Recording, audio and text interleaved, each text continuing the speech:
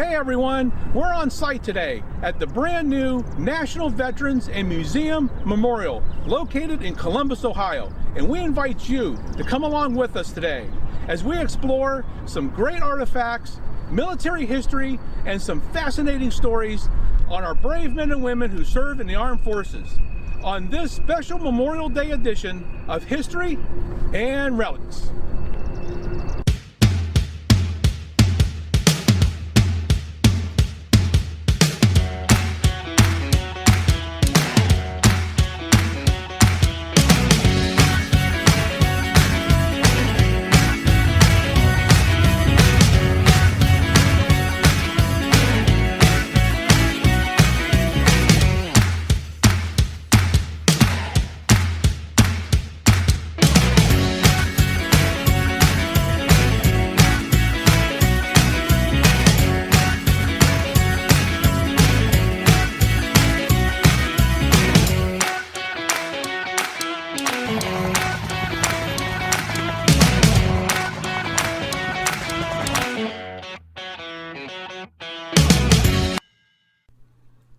The site along the west side of the Scioto River, near the Discovery Bridge on Broad Street, was originally the home of the Franklin County Veterans Memorial, which opened in 1955 and was demolished in early 2015, making way for the new building that we'll be visiting today.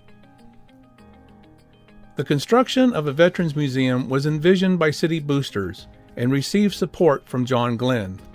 Glenn was a United States Marine Corps aviator, engineer, astronaut, businessman, and politician. He was the third American in space and the first American to orbit the Earth, circling it 3 times in 1962. In 2012, President Barack Obama presented Glenn with the Presidential Medal of Freedom. He was the 7th astronaut to receive this distinction. It was designated the National Veterans Memorial and Museum by the United States Congress in June 2018. It was dedicated on October 27, 2018, with a speech from former General Colin Powell. The site of the museum is approximately 2.5 acres, with the building consisting of 53,000 square feet.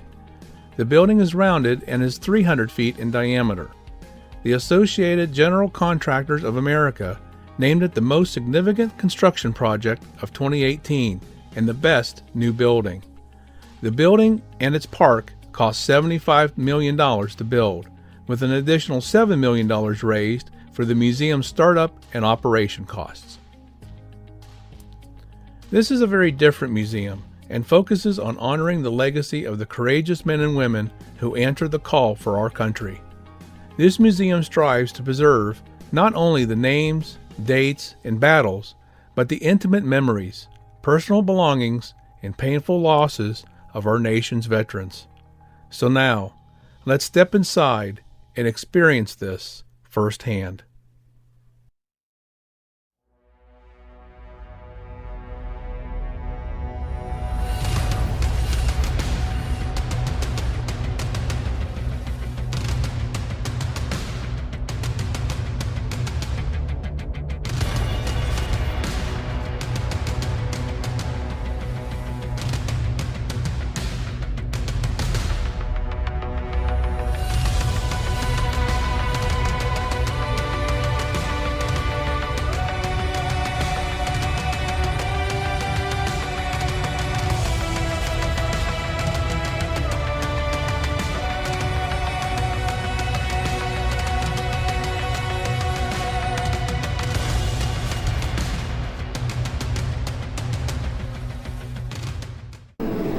During World War II, my mother actually served as an aviator in the Women's Army Air Corps. So when I was 25 years old, in the middle of starting a career in Washington, D.C., I took time out to join the Air National Guard. And I told the partners of this very successful firm at the height of a campaign season that I was going to be gone for 6 months, that I had enlisted in the Air National Guard and was going off to basic training. And their first reaction was, "What are you thinking?" And I said very seriously, "I do it to serve my country." One of them stood up, shook my hand, and he said, "We're there for you, and we'll be here when you get back."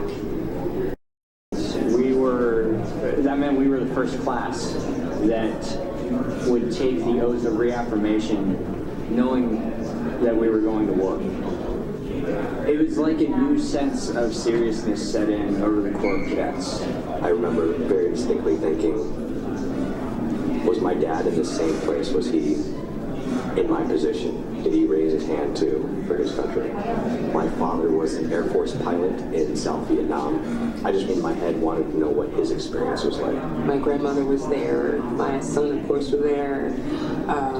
You know, a few more family members. My mom flew to Texas. She was wearing a bright pink jacket, and I remember spotting her in the stands. I remember her face being really red and just tears running down her face. To this day, I only remember my right hand being up and just saying, I do. But now, knowing what the oath was and actually living that oath and fulfilling every word it said in the oath.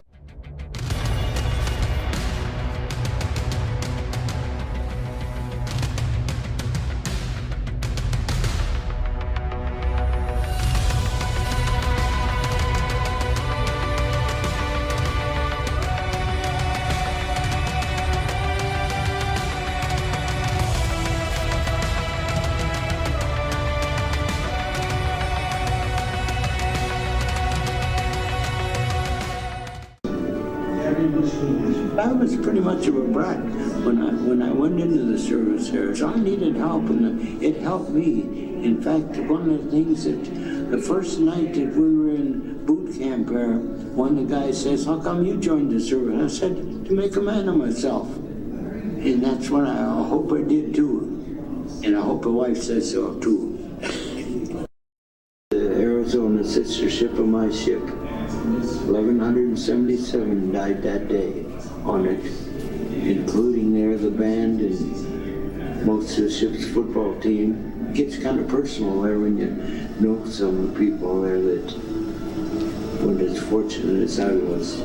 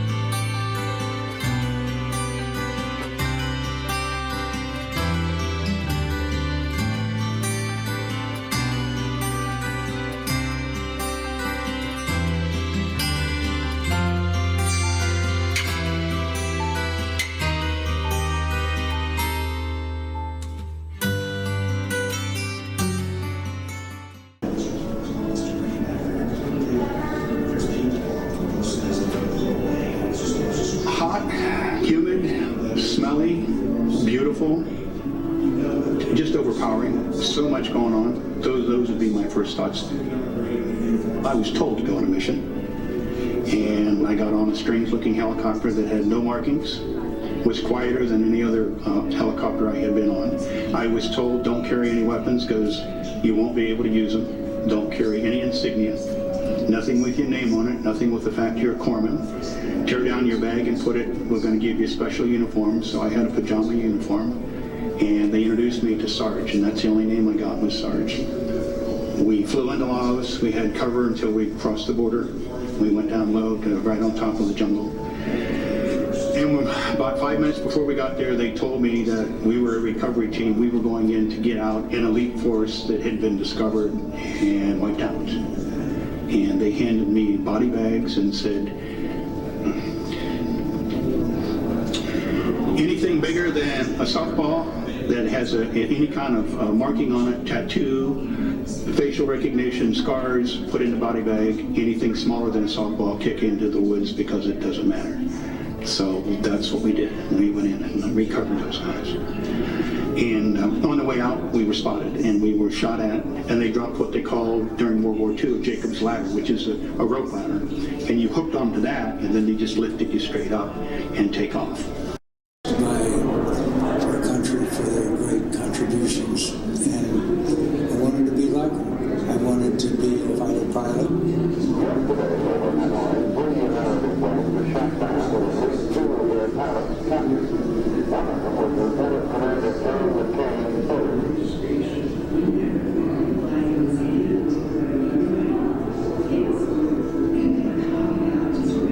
I had gotten out of Vietnam. I saw a career path ahead of me, but not one that would have meant command of an aircraft carrier, because I wasn't physically qualified anymore to fly airplanes. So that was when I decided to run for public office.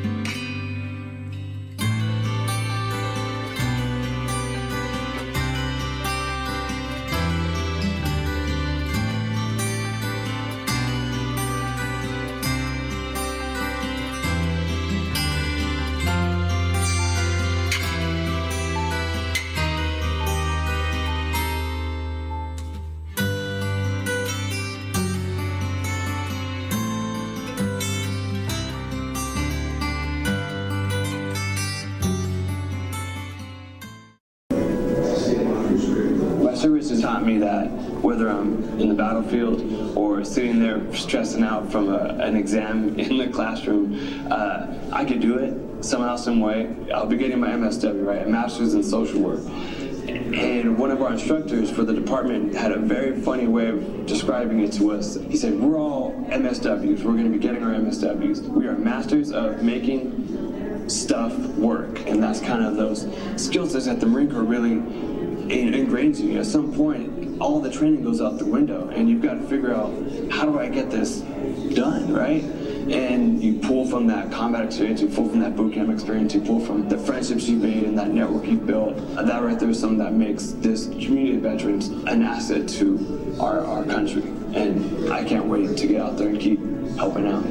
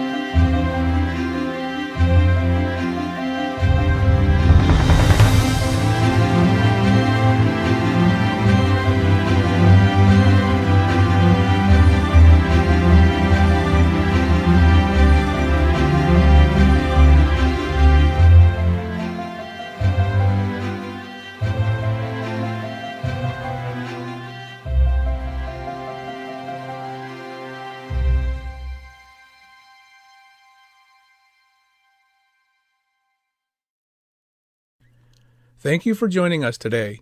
We hope you enjoyed our program. If you like our content, please subscribe, like us, and share our videos with others. You may also leave us a tip if you choose.